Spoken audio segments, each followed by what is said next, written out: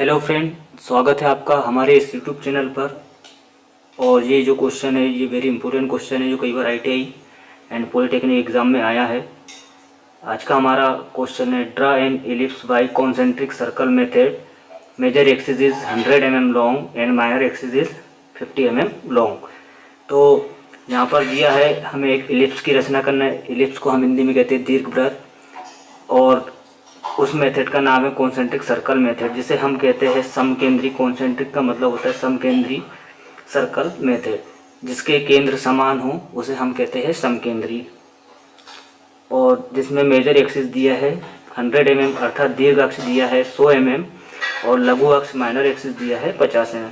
तो सर्वप्रथम हम एक एक्स और एक्स डैश रेखा एज्यूम करते हैं। इस रेखा को नाम दे दिए एक्स एक्स डैश। इसके कोई भी पॉइंट से या मिडिल पॉइंट से हम एक लाइन ऊपर की ओर ले लेते हैं जो सीधे 90 डिग्री पर रहेगी, वर्टिकल लाइन। इस रेखा का नाम दे देते हैं वाई वाई डैश। अब जैसे ही क्वेश्चन में दिया है आपका मेजर एक्सिस 100 mm, तो 100 mm का हाफ कितना होगा 50 mm। तो हम 50 mm का चाप लेते हैं।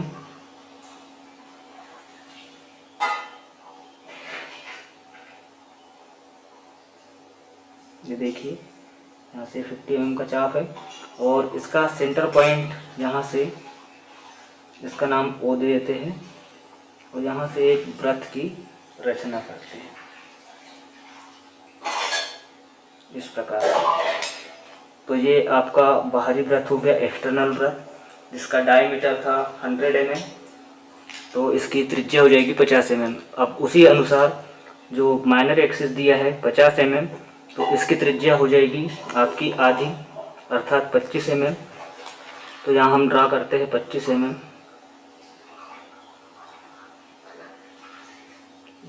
25 mm का रेडियस लेके ओ को केंद्र मानकर एक और छोटे वृत्त की रचना कर देते हैं।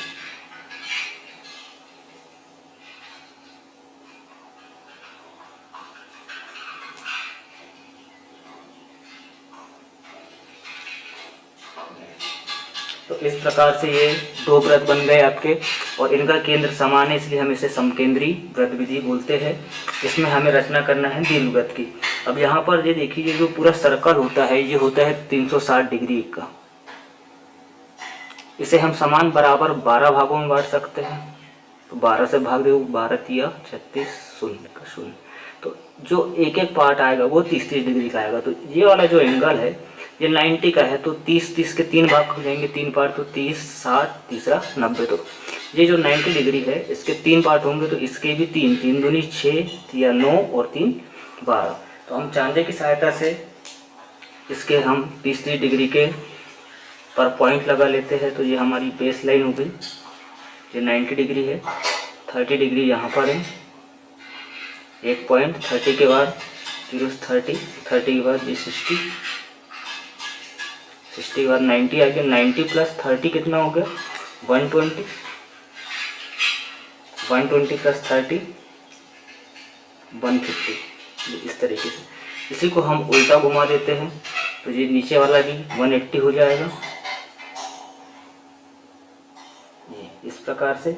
तो यहाँ पर हो गया आपका ये 30, ये 60, 90 तो है, उसके बाद यहाँ से 120।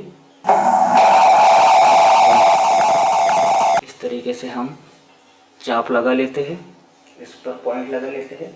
अब इन पॉइंट को हम मिलाएंगे ओ वाले पॉइंट से।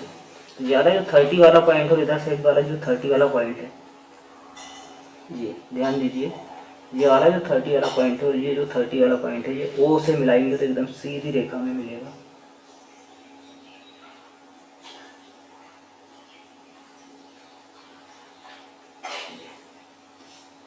वैसे ही ये 60 वाला पॉइंट है और ये 60 वाला पॉइंट,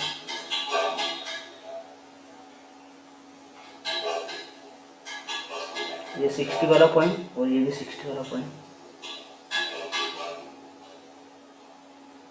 को वृत्त तक मिलाना है। इधर भी 30 वाला पॉइंट और ये 30 वाला पॉइंट,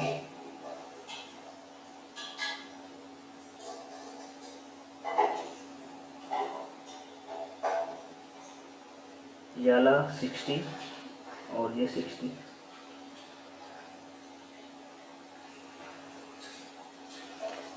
इस प्रकार से ये बाहर जो लाइन गई है इसे हम मिटा देते हैं, इरेज कर देते हैं।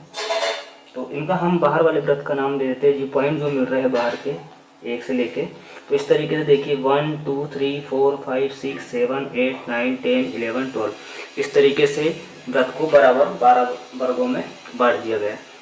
इनके हम नाम देते हैं, पॉइंट के बाहर वाले पॉइंट बना देते हैं। तो ये हो गया 1 2 3 4 5 6 7 8 9 10 11 एंड 12। वैसे ही हम स्मॉल वृत्त के पॉइंट के नाम दे देते हैं यहाँ से।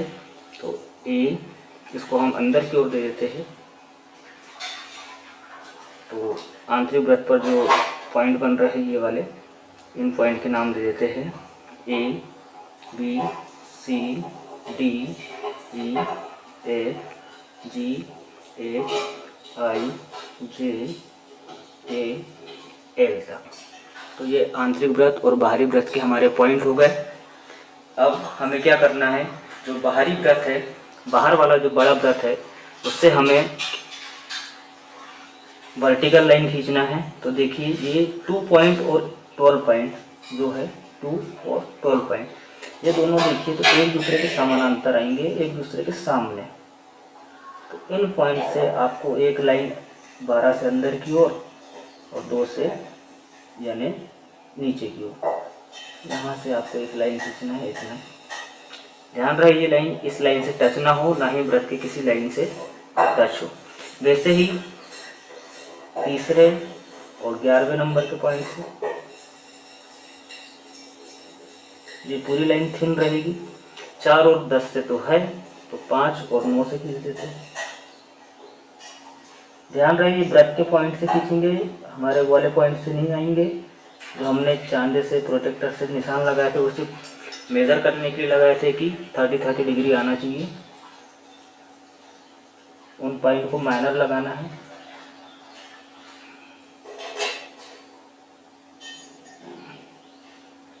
इस प्रकार से तो जो बाहर वाला वृत्त है इससे हम लोग ने क्या किए कि पूरी वर्टिकल लाइन खींची। ध्यान रहे कि ये लाइन किसी को टच ना हो।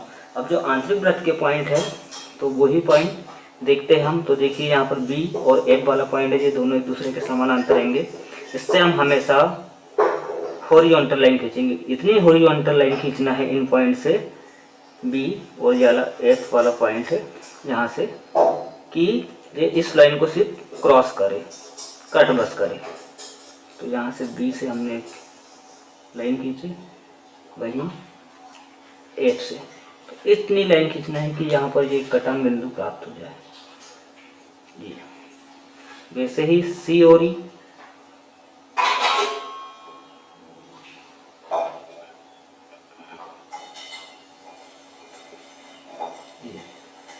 वैसे ही नीचे आई एल और एच,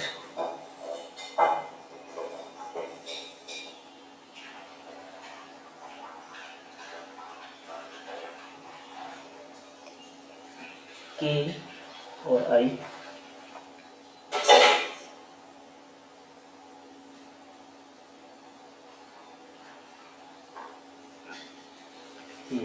तो इस प्रकार से यहाँ पर हमें पॉइंट प्राप्त हो रहे हैं।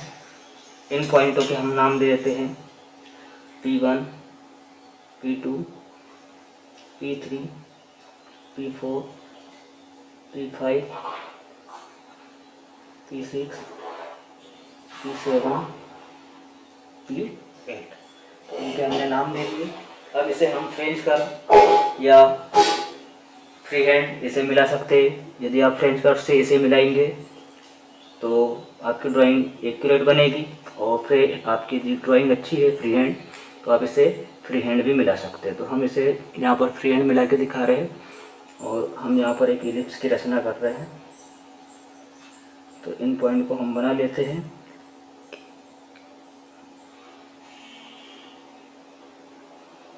इस प्रकार यहाँ पर 8 पॉइंट प्राप्त हुए। तो 1 से P1 पॉइंट को मिलाएं, P1 से P2 को, P2 से D मिलेगा, D से P3,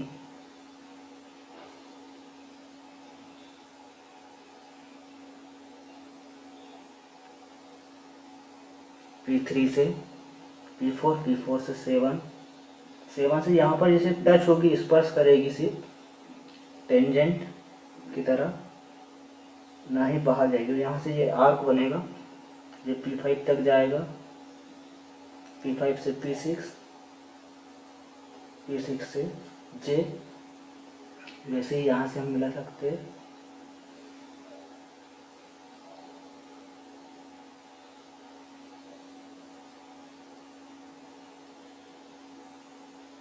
जी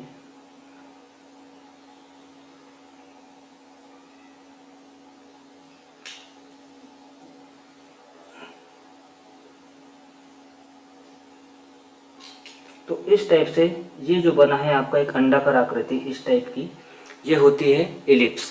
तो यही हमें रचना करना था। इस मेथड का नाम है कॉन्सेंट्रिक सर्कल मेथड, और ये वेरी इंपॉर्टेंट क्वेश्चन है जो ITI एंड पॉलिटेक्निक में कई बार पूछा गया है। तो आप इसे तैयार कीजिए, और आपके कोई भी डाउट्स हो तो मुझे कमेंट्स बॉक्स पर लिखिए। और thank you so much my YouTube channel, please like and subscribe. Okay, thank you so much, धन्यवाद।